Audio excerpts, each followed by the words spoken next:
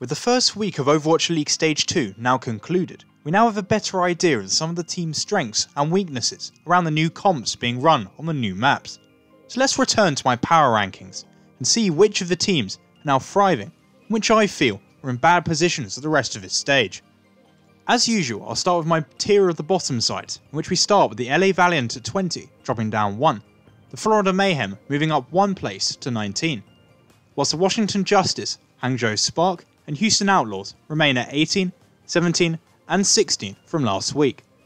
Beginning with my first switch of the week, I've decided to swap the positions, the LA Valiant and Florida Mayhem. Both sides lost their opening week matches, but in differing fashions.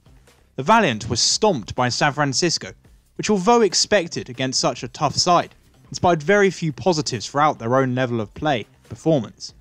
On the flip side, at face value, we'd look like the Mayhem of the worst week. First with the announcement they'd be moving to an all-Korean roster, before 2 losses to London and Philadelphia.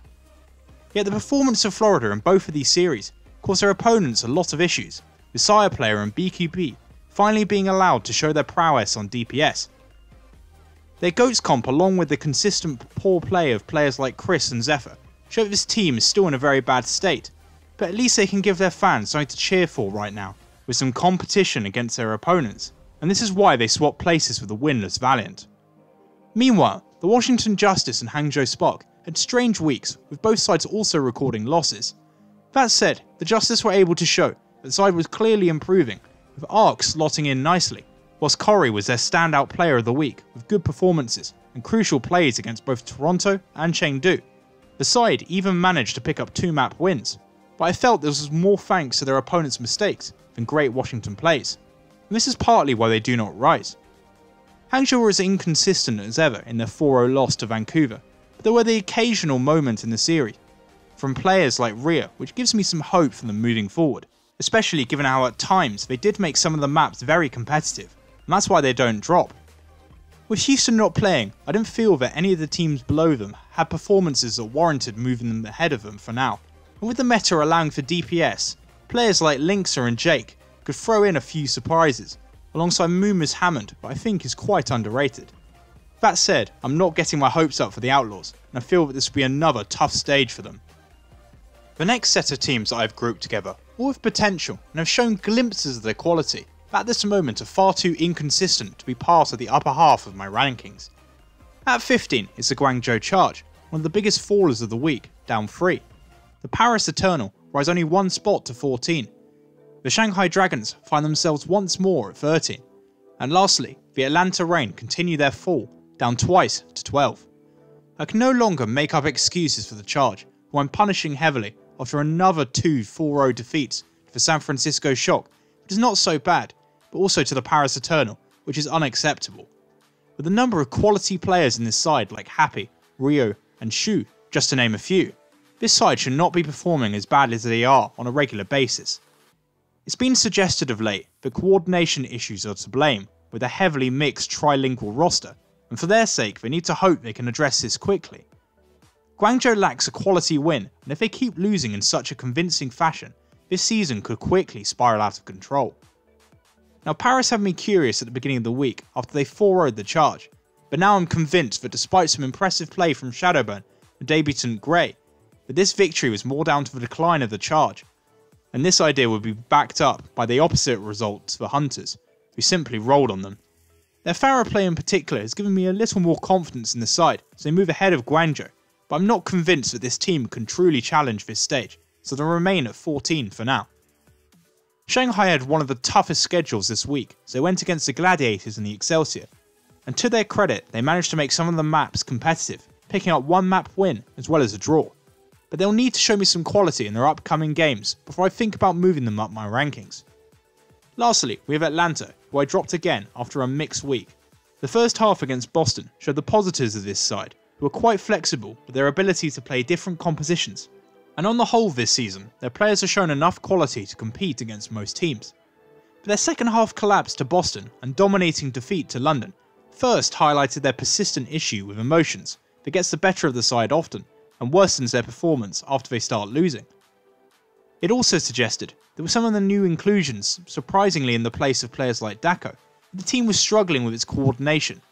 and it's issues like these that must be sorted soon, given their strength of schedule gives them no more room to falter if they wish to make the playoffs. The next teams make up my middle pack, and are probably either just going to make the playoffs or just miss out, starting with the London Spitfire at 11, up 3. The Dallas Fuel rising once more to 10. The Chengdu Hunters still at 9. And the Toronto Defiant and Philadelphia at 8 and 7, after both fell 3 times. And lastly, the Boston Uprising, who rise up twice to 6. London has come into this stage hot, as I expected, with 2 series wins, as they look to rebound towards a playoff spot. The new meta seems to suit this side, with Gesture being allowed to play Winston, who's far more comfortable on, as well as Birdring and Prophet now being allowed to return every now and again to DPS. I've only moved them up this far, as although they dominated their game against Atlanta, at times they had to scrape through against Florida, with the team making some bad decisions, so until they pick up some victories against tougher opposition, I'll keep them out of my top 10.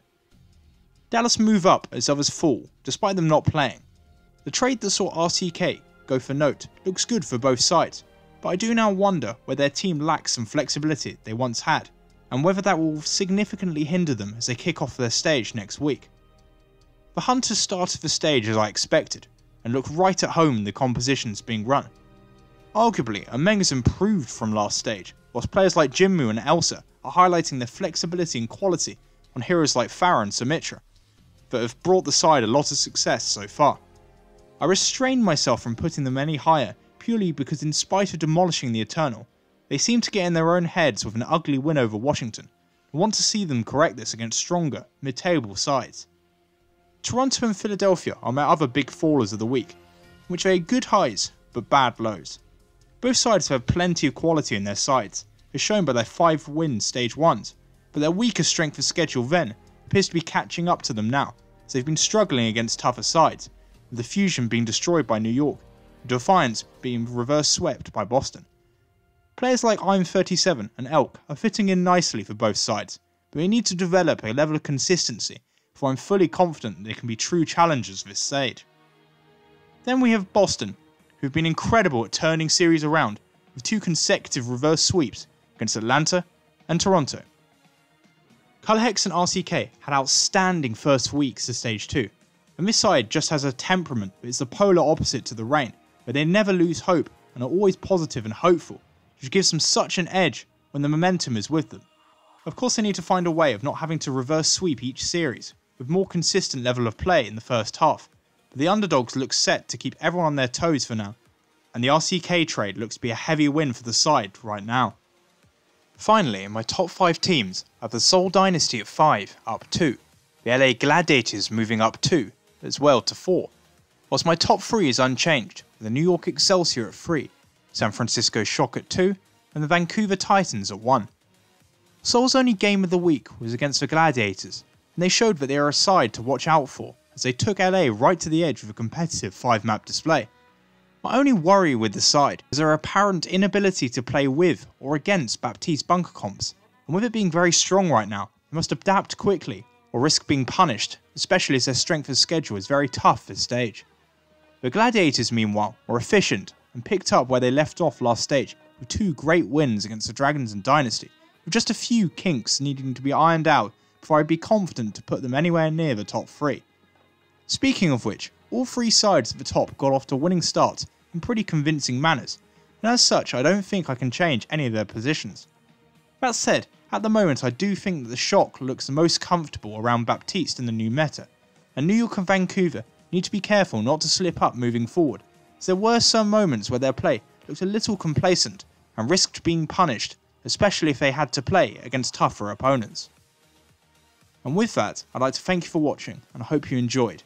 My preview and predictions for Thursday will be up in the next couple of days, so please be sure to like and subscribe so you don't miss out.